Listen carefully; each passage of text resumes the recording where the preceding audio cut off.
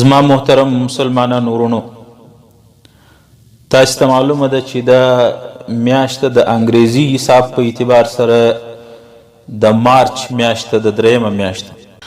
افسوس سره دا ویل غواړم چې ورځ تر بلې ورځې په مسلمانانو کې د یورپ او د انګریزانو فکر د دوی معاشرت په مسلمانانو کې خورولو باندې مهنت کیږي.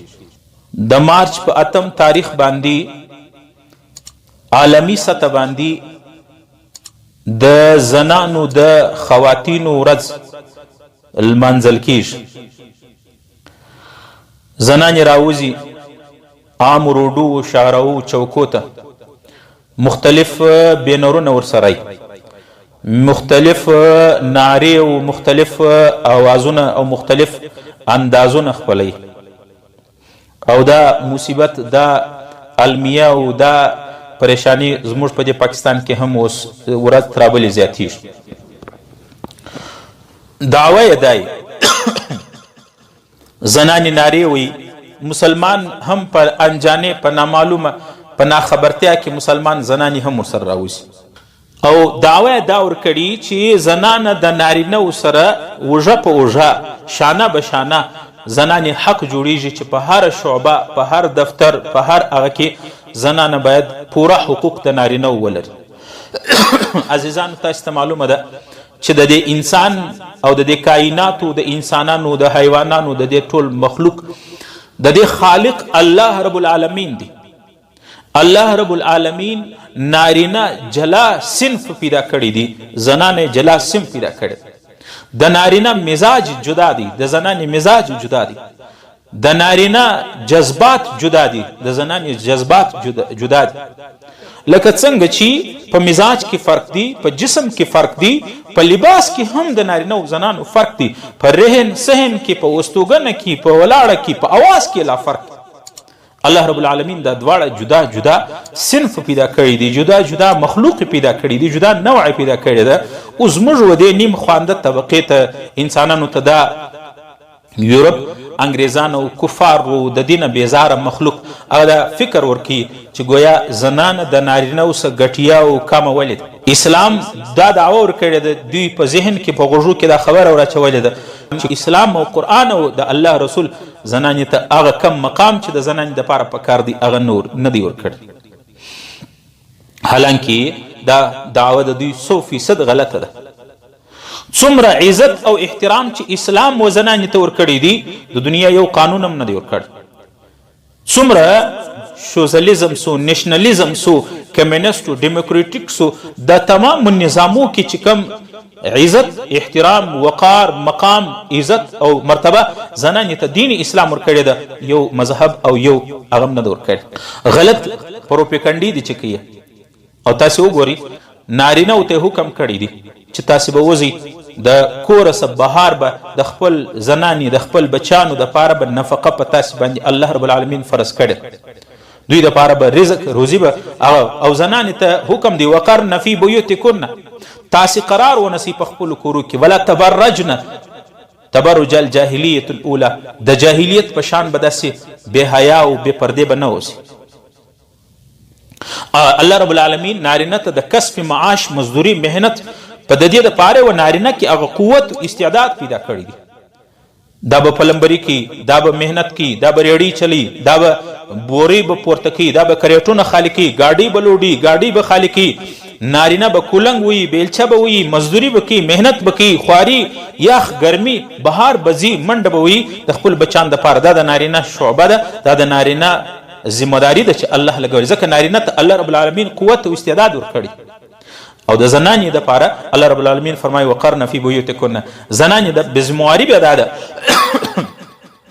چې زنانه به په خپل کور کې د خپل کور چاردیواري هغه انتظام بکي، د خپل بچانو تربیت، صحیح تربیت بکي. زه نه پوهېږم چې یورپ انګریزان او امریکې او د کفري ذهنو والا زموږ د زنانو ته ولې دا ناره ورکړې ده. یو وجه دا ده چې د دوی مزاج دا دی د دین اسلام دی حکم ختمولو د پاره چې د پردهداري د په مسلمانانو کې باید نه، او دوی دا غواړي چې زنانه بهار ته بربنډه او لغړه راوباسي، د دې دپاره چې دوی د خپل سترګې د خپل غلط خواهشات هر وخت په هر دفتر کې، په هر بازار کې، په هر ځای کې د خپل بدنګاهي ارمان او ارزو په پوره کې یو ده. او زموږ زنانو ته سعادت دا سوچ ورکړی دي چې او ته خو نه په کور کې ناسته نه دي یو څه لیدلی دي لکه یو حیوان چې په کور کې تړلی، نه دي یو څه لیدلی دي، نه دي بازار لیدلی دي، نه دي حکومت لیدلی دي، نه دي دفتر لیدلی دي، نه دي موټران او کاروبار او مارکیټ او شی لیدلی. لہذا ته لکه حیوان غوندې زندگی کې. زموږ د زنانو ته د حسن د ازادي ناره ورکړې، حالانکه په دغه ناره باندې چې زنانې دوی له کورو راویستې، چې په کم کم ځایو کې په کم ملکو کې زنانې راوتلې دي، هلته زنانې د ذلت زندگی کوي، هلته زنانې د خواري او د بېعزتۍ زندگی کوي. الله رب العالمین زنانه شهزادي جوړوي چې ته کور کښېنه، ستا خاوند، ستا زوی، ستا ورور هغه به ګټي به، محنت به کوي، مزدوري به کوي، تاله به کور ته راوړي. زه نه پوهېږم چې یورپ د دوغله پالیسي ولې کوي، د دروغجن معیار ولې ساتي. مسلمانانو زنانو ته دا فکر ورکوي چې که یو زنانه د خپل خاوند خدمت کوي، د خپل اولاد خدمت کوي، د خپل والدینو د ورونو د خوندو خدمت کوي، د خواش او خسر خدمت کوي، په دې باندې دا په قید کې بولي، دا ذلیله بولي، حیوان او جانوري زندگی ورته وایي. دغه زنانه چې دی راویستله په هوټلانو کې د پردي د اجنبي خلکو خدمتونه په زنانه باندې کوي، د اجنبي خلکو بسترې او بیډونه په صفا کوي، د اجنبي خلکو د شپې تیره بعد د هغه باترومان او هغه کچرې په صفا کوي. اوس ته ماته ووایه چې یورپ د زنانو ته عزت و احترام ورکوي که دا بې عزت او بې احترامه کوي؟ او دغه مفکوره، دغه عمل طرز د نبی علیه الصلاة والسلام د اسلام څخه مخکې، د رسول الله څخه مخکې په زمانه جاهلیت کې هم داسې. د جاهلیت په زمانه کې صرف نن سبا دنیا بدله شوله، هغو به لوڼې ژوندۍ په خاورو کې پټولې. زموږ هغې ژوندۍ په خاورو کې ژوندۍ لوڼې خو نه پټوي، لیکن د هغو عزت، د هغو ناموس، د هغو حیا، د هغه حقوق د خاورو سره خاورو کړي. په عربو کې به په زمانه جاهلیت مشرکین عربو کې به چې به کله د یو چا لور پیدا سوله، نو د شرمه به د لور اعلان به نسو کولی چې لور مې پیدا سوه، ژوندۍ به په خاورو کې ښخوله، مړه کوله، چې چا څوک خبر نشي چې لور مې کړي. اعتراضات نن سبا په اسلام باندې کیږي چې اسلام زنانې ته حقوق نه دي ورکړي. ته راته ووایه د اسلام څخه زیات حقوق چا ورکړي؟ چې په کم اسلام دا وایي د کم چا په کور کې بچی الک پیدا سو او د چا په کور کې نجلۍ پیدا سو، رسول الله صلی الله علیه وسلم فرمایي چې اوه ورځې الله رب العالمین په دې کور باندې رحمتون راست. د نارینه په باره کې رسول الله نه دي فرمایلی، د نجونو او د زنانو باره کې فرمایي.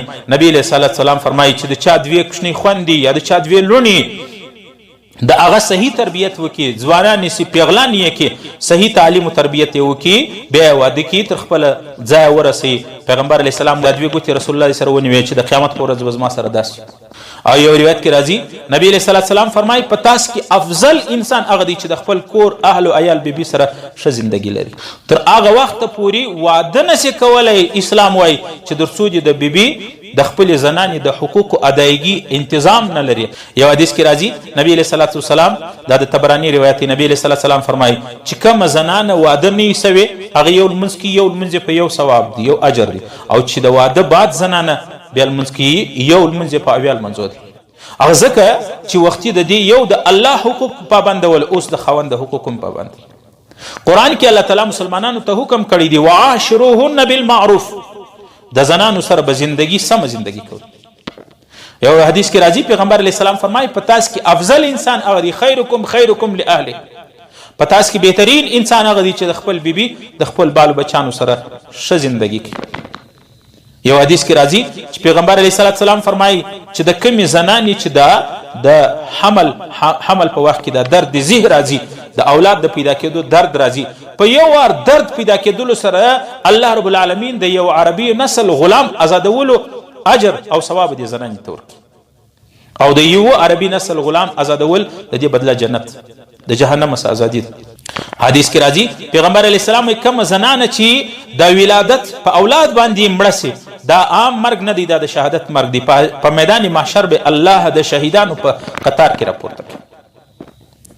او زنانه چې د خپل بچی صحیح تربیت وکړي په هغه باندې ناظره قرآن ووایي حفظ په وکړي د قیامت په ورځ به الله رب العالمین دې زنانې ته هغه لباس اغوندي لباس د فخر او د امتیاز چې د هغه رڼا به د دنیا د لمر تر رڼا زیات په دې وجه باندې د یورپ دغه پروپاګاندا په دې پروپاګاندا په نامه باندې زنانې بهر ته روډو ته راایستل د ازادۍ مطالبه پکول د غلط عمل دی حکومت څخه مطالبه موږ دا کوو چې د دې مخنیوي وکړي روکتام وکړي نو لہذا دغه خبرې چې دینی اسلام زنانې ته حقوق نه جوړ کړي دا فضول عمل دی الله رب العالمین دې د داسې فضول عملیات زموږ خوندې مندې زموږ انسانان د داسې ناوړه عمل څخه